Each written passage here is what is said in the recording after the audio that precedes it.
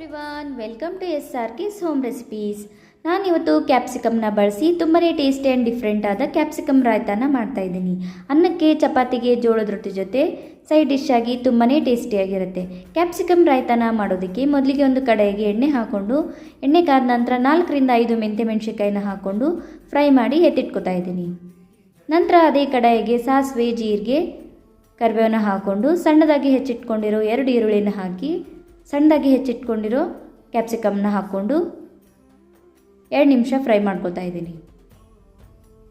Fry ಆದ ನಂತರ ರುಚಿಗೆ ತಕ್ಕಷ್ಟು ಉಪ್ಪನ್ನ ಹಾಕ್ಕೊಂಡು ಮಿಕ್ಸ್ ಮಾಡಿ ಲಿಡ್ನ ಕ್ಲೋಸ್ ಮಾಡಿ ಕ್ಯಾಪ್ಸಿಕಮ್ ಸ್ವಲ್ಪ ಸಾಫ್ಟ್ ಆಗೋವರೆಗೂ ಬೇಯಿಸಿ ಗ್ಯಾಸ್ ಫ್ಲೇಮ್ನ ಆಫ್ ಮಾಡ್ಕೊತಾ ಇದ್ದೀನಿ.